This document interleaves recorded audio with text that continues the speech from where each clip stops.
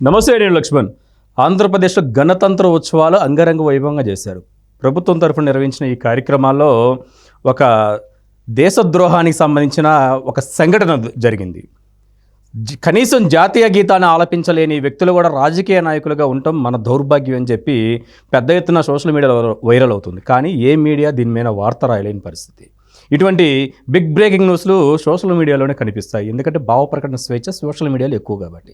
ఇదే అంశంపైన మనతో మాట్లాడడానికి ప్రముఖ రాజకీయ విశ్లేషకులు మధుసూదర్ రెడ్డి ఉన్నారు. ఆయనతో మాట్లాడే ప్రయత్నం చేద్దాం. సార్ నమస్తే అండి. నమస్తే లక్ష్మణ్. సార్, కనీసం జాతీయ గీతం ఆలపించలేని వ్యక్తులు మన నాయకులుగా ఉంటే దౌర్భాగ్యం అనిపించట్లేదండి రెడ్డి గారు? భారతదేశం, ఈ దేశ పాలకులు వాళ్ళని ఎవరు పాడమని అడుగుతున్నాం జాతీయ గీతం. మేమైతే పాడమని అడగటంలా. ఈ దౌర్భాగ్యులు కొంతమంది దాన్ని అవమానిస్తుంటే బాధేస్తుంది లక్ష్మణ్. అంతే తప్ప ఈ ఎదవలు దొంగతనం చేయటానికి వచ్చారు, రాష్ట్ర ప్రజల సంపదని దోచేయటానికి వచ్చిన వాళ్ళే తప్ప ప్రజాక్షేమము ప్రజా సంక్షేమం కోసం వచ్చిన ఎదవలు కాదు వీళ్ళు. నేను అంటుండేది ఏంటంటే, మీరు మింగలేనప్పుడు, మీకు పాడన చేతగానప్పుడు, అవును, జాతీయ గీతాన్ని ఆలాపన మీకు నచ్చనప్పుడు ఎందుకు నట కౌశల్యం ప్రదర్శిస్తారు అని నేను అడుగుతుంటా. ఓకే, భారతదేశంలో జాతీయ జెండాను, జాతీయ గీతాన్ని, రాష్ట్ర గీతాన్ని పాడలేనటువంటి దౌర్భాగ్యులు పరిపాలనలో బతకతున్నాము లక్ష్మణ్. నిన్న అంతలా గణతంత్ర దినోత్సవ వేడుకలు జరుగుతుంటే రాష్ట్ర సీఎం అయినటువంటి జగన్మోహన్ రెడ్డి ఒక జాతీయ గీతం ఆలపించాలా అన్నప్పుడు ఆ స్టేజీ మీద సివిల్ ఇంజనీరింగ్ చదువుకున్నటువంటి కావలి జవహర్ భారతి ఓల్డ్ స్టూడెంట్ అయినటువంటి హైదరాబాదు కోకటపల్లిలో బాలాజీ నగర్లో ఉన్నటువంటి జూపూడి ప్రభాకర్ రావు మైక్ తీసుకొని జనగణ మన అని ప్రారంభించాడు. ఆరంభింపరు నీచమానవుల్ ఇజ్ఞాయాస సంతస్తులై ఆరంభించి పరిత్రజింతెదురు మధ్యముల్. అర్థమవుతుందా? భక్తి మహర్షి గారు బ్రహ్మాండం చెప్పాడు ఈ పద్యాన్ని విద్యా పద్ధతిలో. ఈ దౌర్భాగ్యులు జాతీయ గీతాన్ని అవమానం చేస్తుంటే, అవును, దేశ ప్రధాని ఏం చేస్తుండో, రాష్ట్రాన్ని రాజ్యాంగాన్ని పరిరక్షించాల్సిన గవర్నర్ ఏం చేస్తుండో, హైకోర్టు ప్రధాన న్యాయమూర్తి ఏం బేగతుండ్రంట. సుమోటాగా కేసు పెట్టి దరిద్రుల్ని జైలు పంపించాల్సి ఉంటే, జాతీయ గీతాన్ని ఆ విధంగా అవమానిస్తుంటే ఆంధ్రప్రదేశ్ హైకోర్టు జడ్జి ఏం చేస్తుండో సిగ్గుందా అని నేను అడుగుతుండా. పాడన చేతగానప్పుడు మూసుకొని ఉండండి, అంతేగాని జాతీయ గీతాన్ని మీ ఇష్టం వచ్చినట్టు అవహేళన చేస్తారా? ఎవరికైనా చెప్తున్నాం, మేము ఈ దేశ పౌరులుగా చెప్తున్నాం.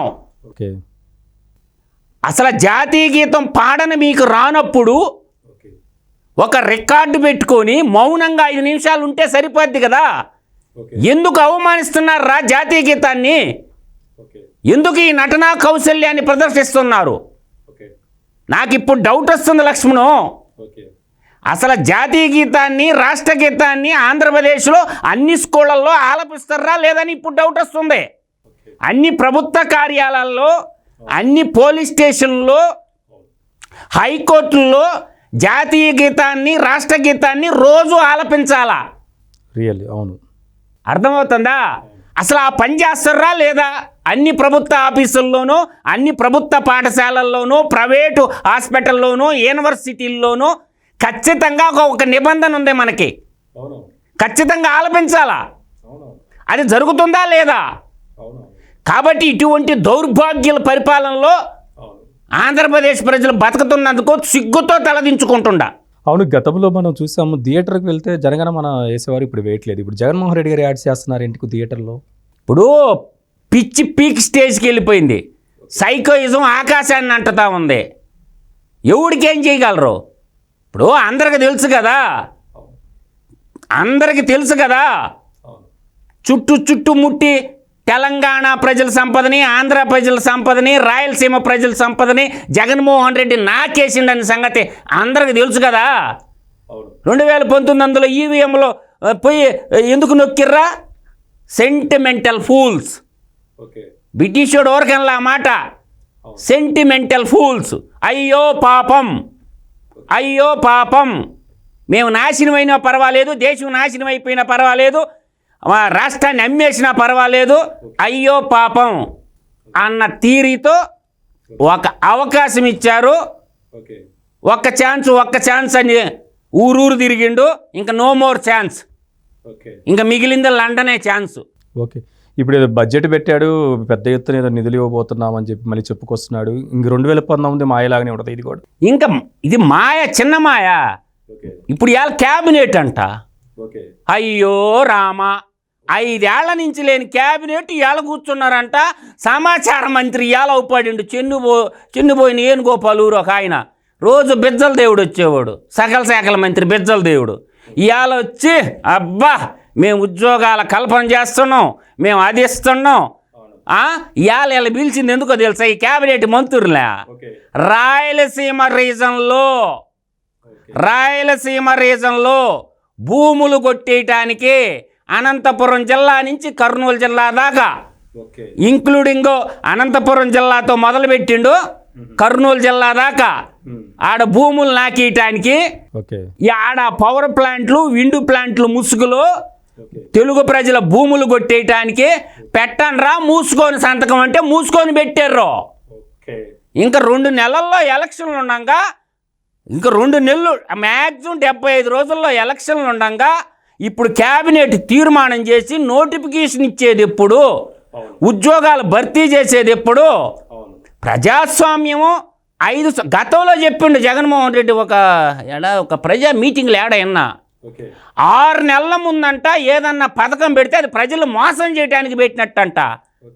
ఇప్పుడు నువ్వెందుకు పెట్టినవురా భయ్? కరెక్ట్గా 75 రోజుల ముందు డిఎస్సి నోటిఫికేషన్ 75 రోజుల ముందు ప్రతి సంవత్సరం జనవరిలో జాబ్ క్యాలెండర్ ఇస్తానంటున్నోడివి. ఇప్పుడు ఇవాళ ఫిబ్రవరి నెలలో ఎందుకు పెట్టినవా? అంటే 5 ఏళ్ళు నిద్రపోయినా. అవును. కాబట్టి ఇప్పుడు పిలిచిన క్యాబినెట్ ఏమీ లేదు లక్ష్మణ్, వెరీ సింపుల్. నేను చెప్పగలను, చదువుకోవటానికి వీళ్ళందరూ సంతకాలు క్యాబినెట్ తీర్మానం కావాలా? దుష్ట చతుష్టయం 4. నెంబర్ 1 సీఎం ఆఫీస్లో ఉన్నటువంటి ధనుంజయ రెడ్డి. నెంబర్ 2 సకల శాఖల మంత్రి సజ్జల రామకృష్ణారెడ్డి. నెంబర్ 3 అన్ని దొంగ లెక్కలు చూసే, చంద్రగుప్తుడు లెక్కలు చూసేటటువంటి లెక్కర వ్యాపారం లెక్కలన్నీ చూసే విజయసాయి రెడ్డి. నెంబర్ 4 చిన్న అనేటటువంటి వైవి సుబ్బారెడ్డి. బొటినే లేవురా, సీఎం జగన్మోహన్ రెడ్డి. ఇది దుష్ట చతుష్టయం. ఈ 5 వ్యక్తులకు మాత్రమే రాష్ట్రంలో హక్కు ఉంది తప్ప ఇంకెవరికి లేదు. ఎమ్మెల్యేలకు లేదు, ఎంపీలకు లేదు, అంత తూచ్. మినిస్టర్ లేదు, క్యాబినెట్ లేదు. ఇప్పుడు రాయలసీమ రీజన్లో విండు సోలార్ ప్రాజెక్ట్ సంబంధించి ఎప్పుడో 2020లో జీవో ఇచ్చిన పరిస్థితి. మరి ఇప్పుడు 70 రోజుల ముందు దాన్ని బయటికి తీసి భూములు కేటాయింపులు అంటే ఎలా అండి రెడ్డి గారు? నేననేది ఏముంది లక్ష్మణం, అతనికి తెలిసిన విద్య అది. ఇప్పుడు wind energy, solar energy, green energy అంటారు. ఒక 3 కొత్త కంపెనీలు వచ్చినాయి. ఈ స్టాటిస్టిక్స్ బయటికి తీస్తా. ఇక్కడ ఎక్కడోడీడు, ఎంత పెట్టుబడి పెడుతుండో, ఎన్ని ఉద్యోగాలు ఇస్తారో, ఎన్ని భూముల్లో కొట్టేస్తారో, దీని డేటా మొత్తం తీస్తా. రేపు ఎల్లుండిలో ఒక 2-3 రోజుల్లో వీళ్ళు ఎంత పోటుగాళ్ళు, ఈ కంపెనీలు గతంలో ఎంత ఎనర్జీ చేశారో, గతంలో ఎంత ఎంప్లాయ్మెంట్ ఇచ్చారో, ఈ 3 కంపెనీల బతుకు చిట్ట ఓడదీస్తా. ఖచ్చితంగా 2-3 రోజుల్లో ఈ 3 కంపెనీల మొత్తం డేటా తెప్పిస్తా. ఆర్ఓసి అన్ని ఆర్ఓసీలకు లెటర్లు రాస్తా. దీంట్లో బోర్డ్ ఆఫ్ డైరెక్టర్లు ఎవరు, గతంలో భారతదేశానికి ఏమేమి సేవలు చేశారో, వీళ్ళు పీకింది ఏంది, ఓడబొడిచింది ఏంది, ఆ డేటా అంతా ఆర్ఓసీలో ఉంటుంది. ఎంత తోపంటి కంపెనీ అయినా 3 నెలలకు ఒకసారి ఆర్ఓసి రిజిస్టర్ ఆఫ్ కంపెనీస్కి మొత్తం వాళ్ళు చేసే వ్యాపారం లిస్ట్ ఇవ్వాలా. దాంట్లో బోర్డ్ ఆఫ్ డైరెక్టర్ పేర్లతో సహా ఉంటాయి. కొంత ఖర్చు అయినా పర్వాలేదు, ఆ కాగితాలన్నీ ఆర్ఓసి నుంచి తెచ్చి ఈ 3 కంపెనీలు తెలుగు ప్రజల సంపదని ఏ విధంగా దోపిడీ చేస్తారో, తెలుగు ప్రజలకి సీమాంధ్ర ప్రజలకి స్పష్టంగా వివరిస్తా లక్ష్మణ్. ఇది మొత్తానికైతే జనగణమన పాడన వాళ్ళు కూడా మన పాలకులుగా ఉన్నారనేది దౌర్భాగ్యం అని చెప్పి విశ్లేషణతో అర్థమవుతుంది. మరోవైపు రాయలసీమ రీజన్లో కూడా ఏ విధంగా భూదందాలకు పాల్పడుతున్నారు, ఏ కంపెనీలకి భూములు దోచిపెట్టే ప్రయత్నం చేస్తున్నారనే అంశం కూడా విశ్లేషణ ద్వారా అర్థమవుతుంది. మరొక అంశంతో మళ్ళీ కలుద్దాం.